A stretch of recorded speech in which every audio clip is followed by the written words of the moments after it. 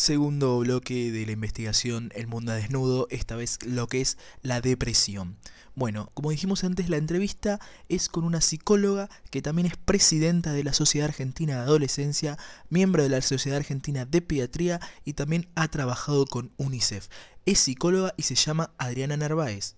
Su número de matrícula es 20.475. ¿Y quién mejor que ella para explicarnos qué es la depresión y cómo actúa en el ser humano y especialmente en los adolescentes? Contame un poco sobre qué es la depresión y cómo afecta a las personas adolescentes. Bueno, la depresión es un estado de la psiquis que refiere no a lo que uno conocería normalmente como tristeza, sino que tiene síntomas e indicadores en psicología y en el plano psiquiátrico muy específicos. Entonces uno, por ejemplo, en los adolescentes, una de las tareas del especialista en adolescentes sería regular lo que es un estado de ánimo de la adolescencia, que de por sí es, por algo se llama síndrome normal de la adolescencia, siendo que síndrome en realidad apela a una condición alterada, ¿sí? Pero es normal que el carácter o el estado de ánimo durante la adolescencia, por todos los cambios hormonales y psicológicos, se altere. Ahora, la tarea del especialista justamente es determinar si este adolescente que uno está viendo o tratando está dentro de lo habitual y lo esperable para un adolescente o está ingresando en una depresión, ¿sí? Entonces hay indicadores muy específicos. Uno de ellos podría ser el insomnio a repetición durante 3 o más o 5 días o lo que fuere, digamos, ¿no? Uno lo trata como el insomnio a repetición. El otro indicador súper importante es el aislamiento.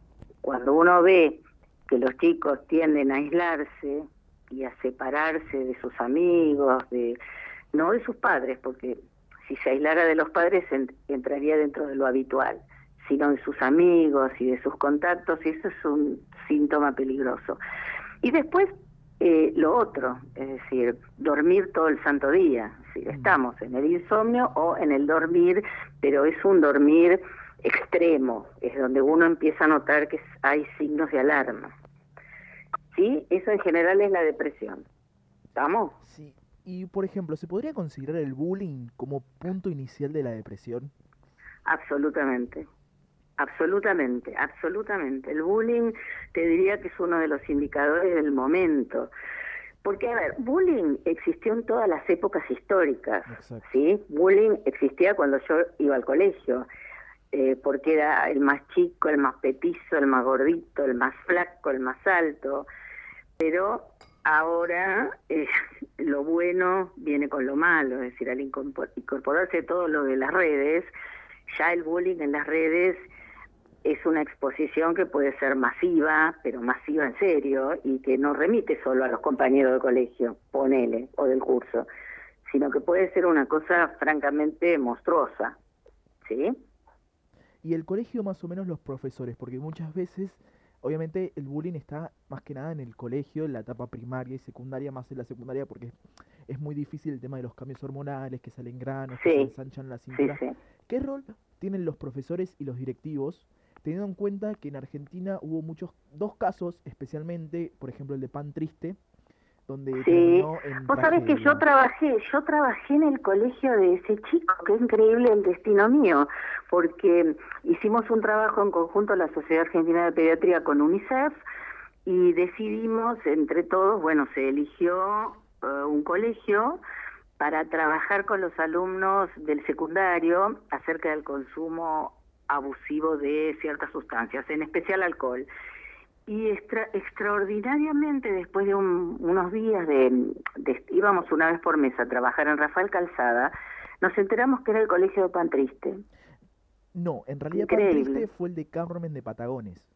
El de Rafael Calzada fue el de el chico que fue el tiroteo afuera del colegio. Sí, Sí, a nosotros el director nos relató, porque esto fue relato del director, yo viste que no Sí, sí, sí. conocía a nadie en especial, nos dijo, este es el colegio de Pan Triste.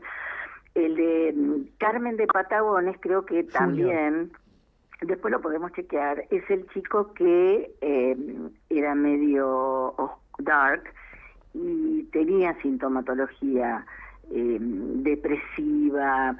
Y acá, entonces a cuento viene tu pregunta. El chico dio indicadores, estuvo todo el tiempo dando indicadores, el de Carmen de Patagones, ponele, si mal no recuerdo el caso, ¿no? Todo el tiempo daba indicadores de sentirse triste, angustiado, de que le hacían bullying. Bueno, ahí claramente no hubo registro de parte del cuerpo docente, ¿sí? Claramente. Si vos vas a, si la pregunta va allí, te diría que muchas veces prevalece la negación de parte del cuerpo docente y esto es mucho para mí, suponete, ¿no? Estoy tratando de meterme en la mente de un profesor agotado. Esto es mucho para mí, prefiero no verlo, ¿no? Donde entraría ahí un mecanismo de negación. Sí, tal cual. Tal cual. Y también, si querés, agreguemos, yo no sé cuántos gabinetes psicopedagógicos existen en los colegios de nuestro país. Yo te diría, algunos colegios tienen gabinete con psicólogos, psicopedagogos, donde los chicos pueden ir a contar lo que les pasa, y otros colegios directamente no registran la idea. Tal cual. Sí, es muy triste. Sí, ese, bueno, tiene que ver con, no sé, con que aceptemos de una buena vez que somos un país que tenemos muchas cosas de avanzada, pero que somos un país subdesarrollado en muchos aspectos. Un Ujú. país contradictorio, ¿sí?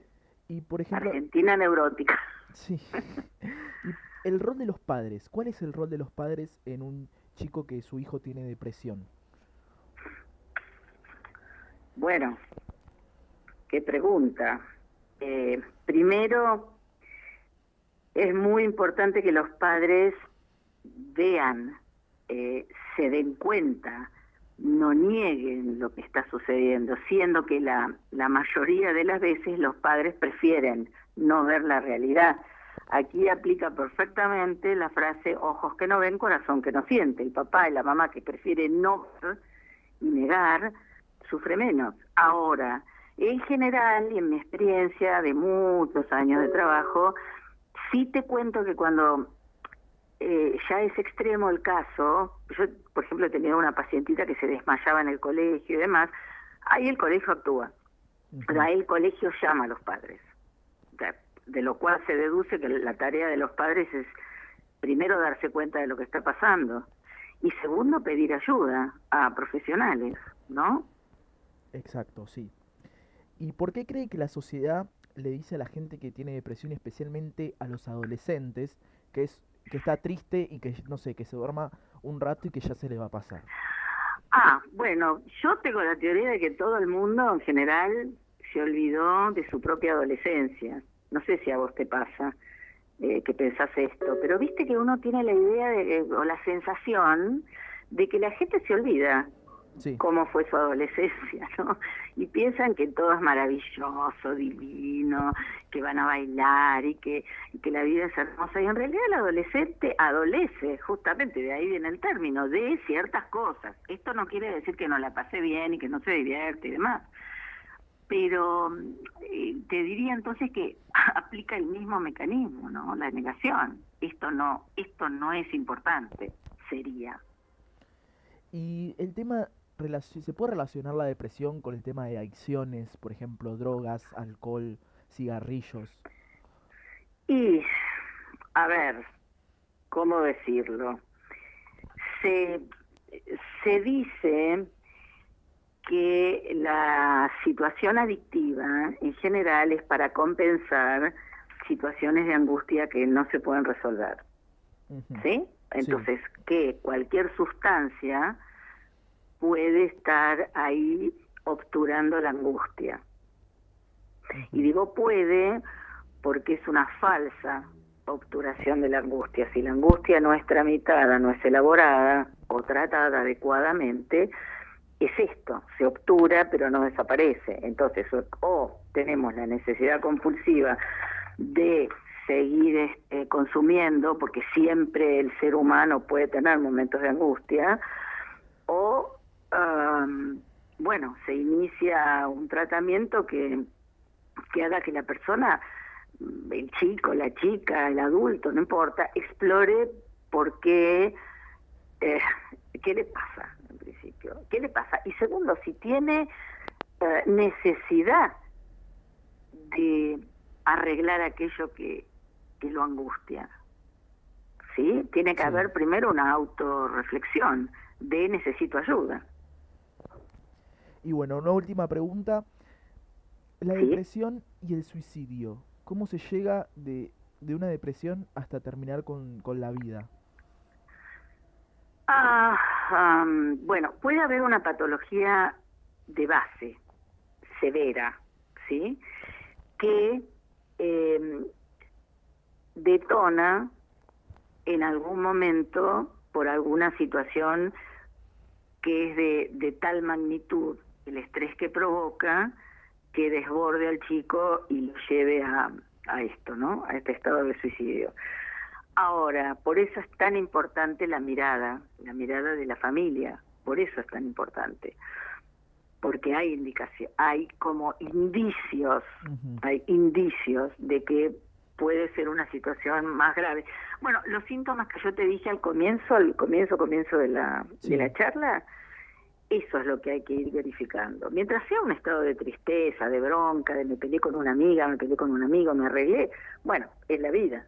Sí, tal eso cual. Es la vida. Ahora, en fin, lo otro, y también hay que tener mirada para esto, ¿no? También los terapeutas también tenemos que tener mirada para esto. Exacto. ¿Sí? Sí. Entonces, a ver, te puedo pasar un dato más que es muy interesante que refiere a la pandemia, que en este momento, en junio, en la Universidad de Valencia, se hizo un relevamiento con 3.000 adolescentes, donde el 80% dice estar preocupado por su estado psíquico, ¿sí? Y que los problemas de salud emocional se duplicaron. Esto es que aquel que estaba triste está doblemente triste, ponele, para decirlo sencillo.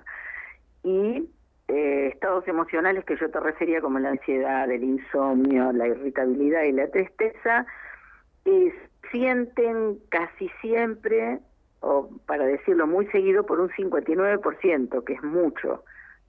Mucho adolescente se está sintiendo así casi siempre. Y también, bueno, lo que preocupa mucho es la sobrecarga de la tarea escolar, porque no es lo mismo, claramente, ir a una institución que estar con la computadora en la casa, encerrado. Exacto. Bueno, muchas gracias por contestarnos estas preguntas. De verdad que es muy, muy interesante lo que nos has comentado y de verdad que nos sirvió mucho para esta investigación. Muchas gracias a Adriana. Y como dije, Adriana es la presidenta de la Sociedad Argentina de Adolescencia y miembro de la Sociedad Argentina de Pediatría. Qué palabra de honor tuvimos hoy. Muchas gracias, Adriana.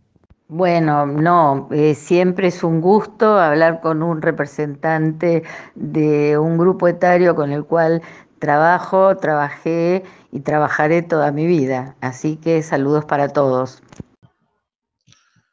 Bueno, de verdad que es muy fuerte lo que dice la psicóloga y lo que es verdad. Es una experta, estuvo en casos como el caso de Pantriste en Rafael Calzada, de verdad que es impresionante. Ella está en la asociación de también nutricionistas y todo lo que es la infancia, así que ¿quién mejor que ella para decirnos estas palabras? De verdad es una experta en todo lo que es la psicología y adolescentes.